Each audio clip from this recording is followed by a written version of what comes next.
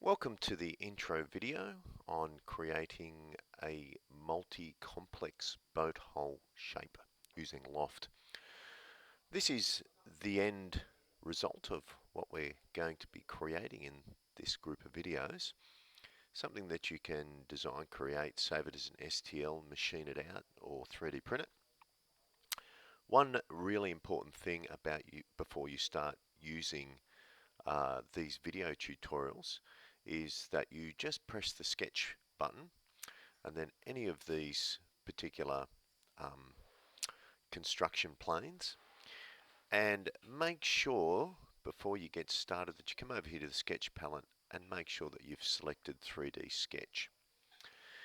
If you don't select 3D sketch, you won't be able to complete the tutorials the way that I've explained that you need to complete them.